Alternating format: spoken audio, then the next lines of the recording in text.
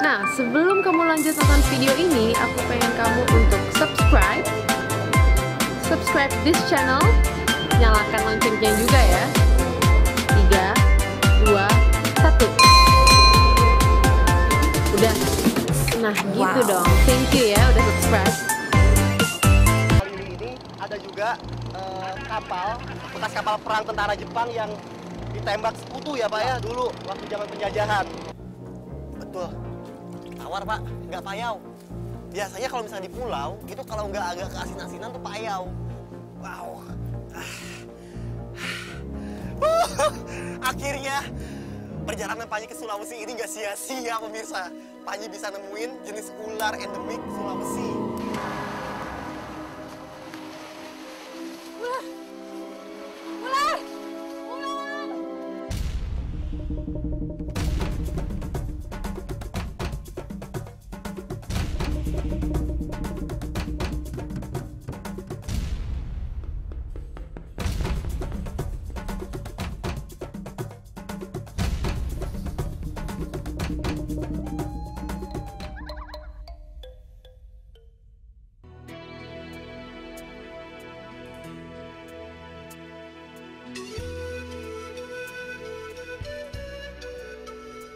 Selain karya sastra Ilaga Ligo yang sangat terkenal dan ketokohan Saweri Gading yang kesohor hingga lintas benua, Malili, kota kecil di Kabupaten Luwu Timur, Sulawesi Selatan, juga menyimpan berbagai keindahan alam yang tak kalah menariknya.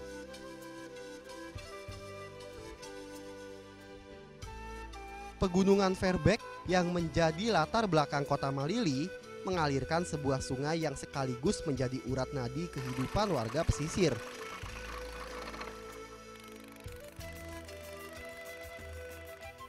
Sungai yang membelah kota Malili menuju Teluk Bone ini setiap hari tidak pernah sepi dengan aktivitas warga. Sejak dahulu, aliran Sungai Malili telah menjadi jalur transportasi air dari laut menuju ke dalam kota. Kondisi sungai yang dalam dan sangat lebar memungkinkan kapal besar untuk melewati sungai ini.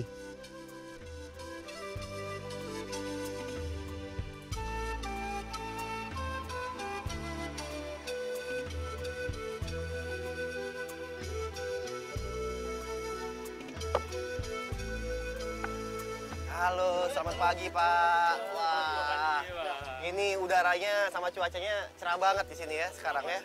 Bersahabat dan kita akan ke pulau apa Pak sekarang? Bulu Puloe, itu di Teluk Bone kan ya? Ya sekarang pemirsa Panji ada di Sungai Malili, tepatnya di Kota Malili, kabupatennya Luwu Timur ya Pak ya, di Kabupaten Luwu Timur. Wah, sekarang Panji akan menyusuri Sungai Malili ini sampai ke Muara dan sampai ujungnya nanti ke Pulau Bulu Puloe ya. Bulu Puloe itu apa sih? Pulau artinya? Pulau Bulu Puloe itu adalah Pulau Patah. Pulau Patah? Ya, pulau yang ada dalam legenda cerita Legenda Ligo. Weh. Ya, mari di sana karena selain kita bisa diving, kita bisa surfing, kita bisa lihat habitat satwa ya Pak ya? Ya. Boleh Pak.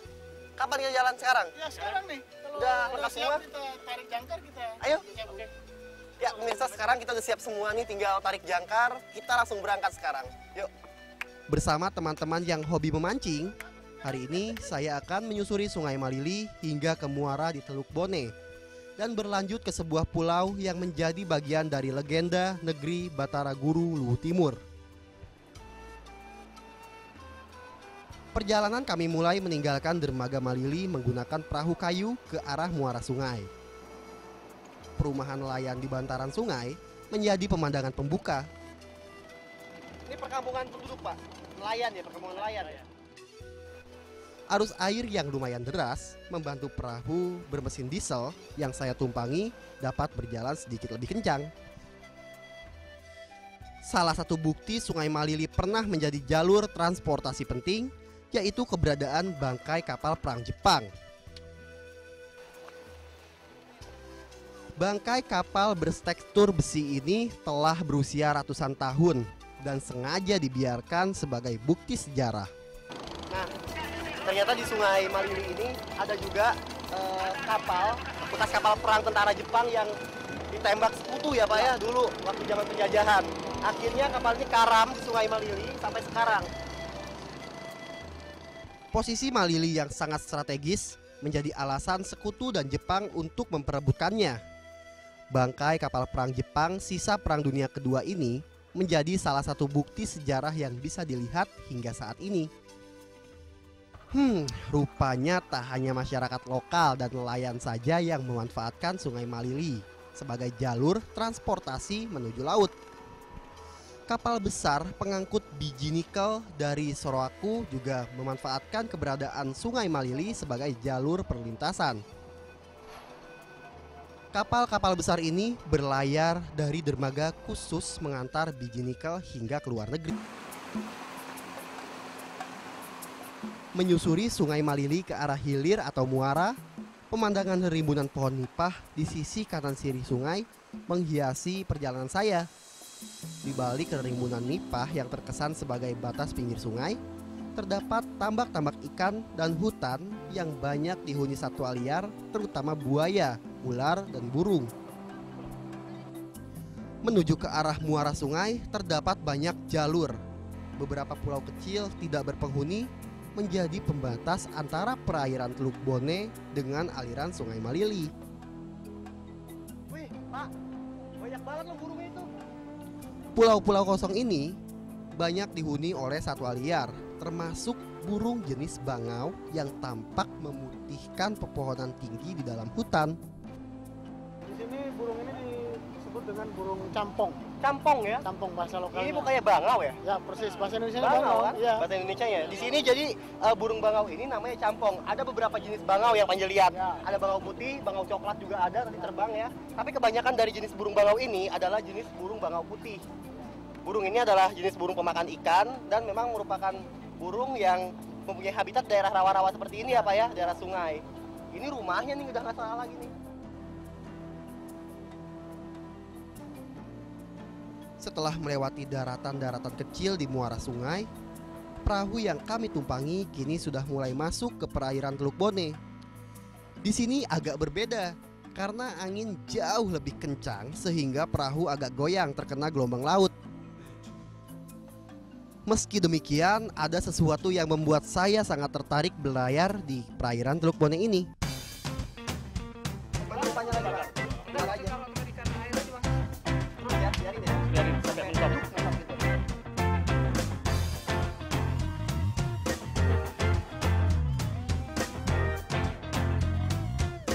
Sekarang kita lihat lagi aja.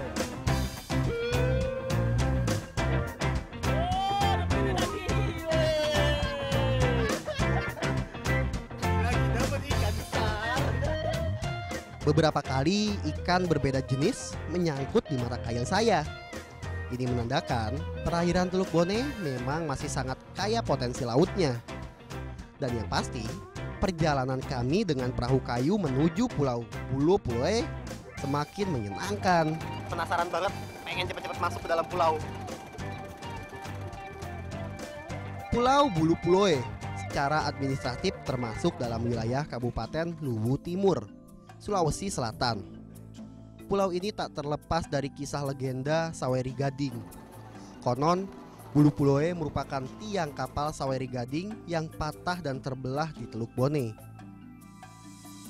Kurang lebih 2 jam perjalanan dari dermaga Sungai Malili, kami pun sampai di pantai pasir putih Pulau Bulu Puloe. Keindahan pantai dipadu hamparan pasir putih langsung memanjakan mata.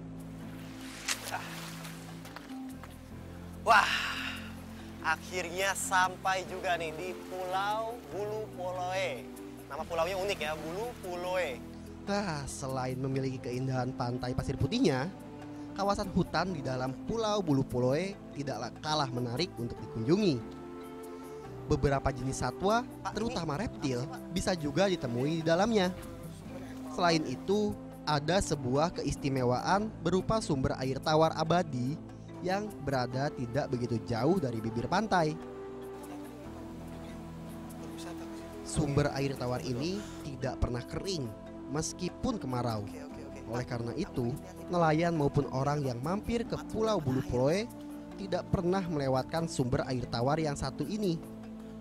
Bahkan kualitas air yang bagus bisa saja langsung diminum tanpa dimasak terlebih dahulu. Air tawar, Pak. Biasanya kalau misalkan di pulau itu kan airnya tuh nggak tawar ya.